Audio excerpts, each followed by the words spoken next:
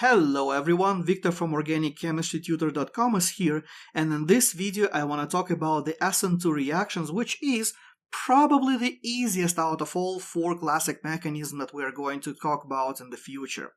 So first of all, let's talk about what the SN2 abbreviation means. S stands for substitution, meaning that this is a reaction in which we are going to be replacing one group in the molecule with something different. N stands for nucleophilic. Here we are using so-called classification by the reagent. Our molecule that we are going to call a substrate is going to be reacting with a nucleophile, thus this is a nucleophilic reaction. So for instance, if we look at this molecule over here, we have one bromobutane, which is our substrate, reacting with a sulfur-containing nucleophile, and sodium in this reaction is just a spectator ion, so we can pretty much ignore it. So the product here will be the molecule in which bromine, which is our leaving group, is going to be replaced with a nucleophile, which is our sulfur-containing group. Finally, the number 2 stands for the bimolecular reaction. It's not two steps or anything like that, it's a bimolecular reaction, which means that we are dealing with a second-order reaction, in which the reaction rate depends on the concentration of both the substrate and the nucleophile. For our particular reaction, we can write the rate as this. Here we have our substrate, which is the bromobutane, and we have our nucleophile, which is the sulfur-containing species over here. And as I have already mentioned, the sodium is merely a spectator ion and it is completely irrelevant for our reaction, so I'm not even going to include it here. Here is another example of an SN2 reaction. In this reaction, the leaving group, iodine, is replaced with a nucleophile, which is going to be the cyanide. And like in the previous case, the spectator ion, potassium, here is completely irrelevant, so I'm going to cross it out. From the mechanistic perspective, this reaction is an example of a concerted mechanism, meaning that the nucleophilic attack happens at the same time as the leaving group dissociation step. So you can think about this process like if we have a cylinder with two pistons, and as we insert one piston from one end of our cylinder, it's going to push out the other piston from the other side of our cylinder, which, was already there. So the intermediates of any sorts are not going to be formed in this reaction. No intermediates whatsoever. This also means that the energy diagram for our SN2 reaction will look like this, where the SM stands for the starting material, product stands, for the product, and TS, the top of our energy curve, stands for the transition state. And I also want to point out something important about the transition state here. The transition state is the molecular entity which resembles both starting materials and products and exists no longer than a single vibration. So the transition state is not an intermediate. It is not something that we can isolate or characterize by putting it in a bottle and running some tests on it. Rather, it is something in between. It's neither starting material nor the product. It's in the process of becoming a product. If you are confused about the transition states versus the intermediates, let me know in the comments below and I'll make another tutorial about that. The nature of the transition state in this reaction brings me to the next extremely important aspect of the SN2 reactions in general, and that is the stereochemistry. The SN2 reactions, they occur with the inversion of the stereochemistry because we have to have a backside attack from our nucleophile. And essentially, what that means is that if our leaving group was on the dash, like in my example over here, the nucleophile has to attack from the opposite face of the molecule, and because of that, it will end up on the wedge. Likewise, if I have an example like this, for instance, where my leaving group is on the wedge, leaving group here is the bromine, of course, this atom over here. So if my leaving group is on the wedge, the nucleophile is going to end up on the dash after attack, so like that. But what if my leaving group is neither on the dash nor on the wedge? What am I going to do then? Well, in that case, we have two options. Option number 1. We can just flip the stereochemistry of whatever group we have on the atom where our leaving group is. So in this case, I had this methyl group over here that was on the wedge, so I flipped that and now that guy is on the dash.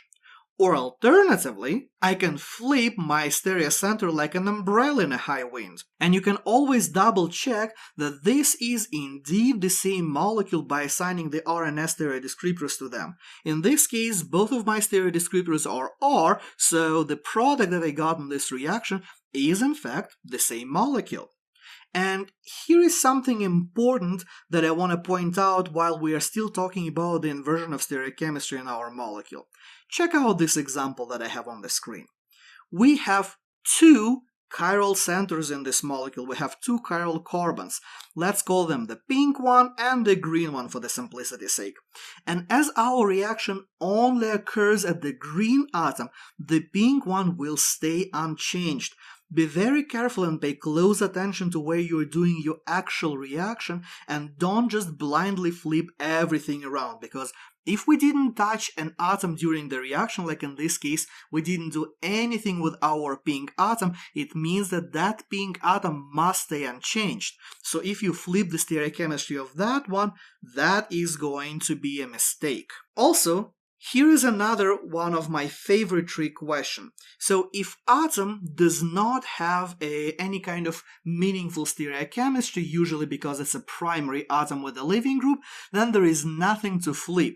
So in this case, this particular molecule, it does have the chiral carbon. However, that chiral carbon is adjacent to the carbon with the leaving group. So when we do the reaction at the carbon where our leaving group is, well, that carbon is not chiral, which means that my blue carbon gotta stay the same. Meaning that I'm going to get the product that looks like this. So always be extremely vigilant and pay attention to what you're doing, as questions like this are fairly common on exams, and I can guarantee that your instructor will try to catch you with questions like that. Alright, I hope we are clear about the stereochemistry inversion and the SN2 reaction. But why do we have to have a backside attack requirement to begin with? Well, to answer that, we'll have to look at the molecular orbitals. Hey, don't shoot the messenger. I'm only here to explain how the nature works. I didn't make it this way. You can always skip to the next chapter in this video if even a mention of the molecular orbitals make you cringe. Still here? Alright, cool. So here is a schematic representation of the molecular orbitals that we care about during this reaction. The sigma bonding orbital and its anti-bonding sigma star, they're located at 180 degrees to each other. So X here, the purple circle, that is my leaving group. It can be something big, it can be something smaller, doesn't matter. The carbon is attached to our leaving group via the sigma bond, so in order to break that sigma bond, we have to supply electron density to our sigma star, which is the anti-bonding orbital. Only then we can break the bonding. So that means that if we have to bring the electrons onto the anti-bonding orbital, the nucleophile doesn't have any other choice but to attack from the literally opposite direction from where my bond is. And also, since leaving group and nucleophile are typically quite electron-rich, there will be an electrostatic repulsion between them, thus the attack from the same face where the leaving group is also going to be unfavorable because of that. So, because of the backside attack requirement, the SN2 reactions are incredibly sensitive to the steric hindrances in the substrate and to some extent in the nucleophile as well. So, for instance, let's look at this lineup of molecules. Here, the reactivity towards the nucleophiles decrease as we increase the number of substituents on the carbon with the leaving group or near to it, meaning that the CH3 group without any other substituents on it is going to be the most reactive, and the reactivity is going to be gradually decreasing throughout this row as we are increasing the number of different groups and as we are increasing the steric hindrance around the atom with our iodine. It is, however, completely impossible to do the SN2 substitution on an sp2 hybridized atoms like in the case of a benzene ring or even a simple double bond for that matter. I challenge you to actually build the molecular model kit here and figure out why that is. Rewatching the part about the molecular orbitals may be helpful here. Or you can also just remember as simple mnemonics that no SN2 happens on sp2 hybridized atoms. So no SN2 on sp2, just remember that. Another thing that can help the SN2 reaction is the solvent. And while the solvent is not the most detrimental factor, it helps. SN2 reactions are favored in the polar A product solvents. And here are some of the most common polar A product solvents that we typically see in organic chemistry. This list is far from exhaustive, so what I suggest you do, make a cheat sheet with those and add any other ones that you encounter within the scope of your class, so you just remember them. Making a flashcard or making a list and putting it on your wall or in your chemistry binder can be helpful too. Alright, let's recap what we have just learned.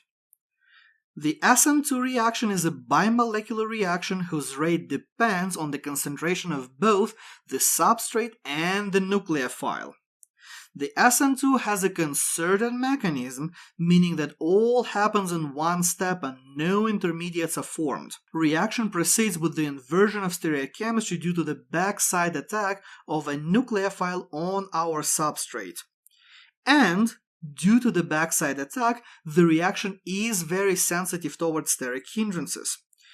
It also works best with good nucleophiles. And yes, I haven't talked about the good nucleophiles or bad nucleophiles or what makes a good nucleophile in this video at all, because I have a whole tutorial dedicated to nucleophiles and electrophiles, so you should check it out. We'll also come back to the idea of what makes a nucleophile a good nucleophile later on as well, so we will still revisit this topic too. That's why I decided to omit it from this particular video. And finally, the reaction prefers polar A product solvents.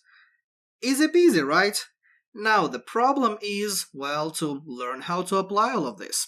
So in the next video I'm going to go over a bunch of typical SN2 exam questions and show you how we can use what we have just learned to answer those questions. And what do you have to do to see the next video? You got it. You need to subscribe, punch the like button, and show me that you are going to be waiting it in the comments below. And until then, you have yourself an awesome day.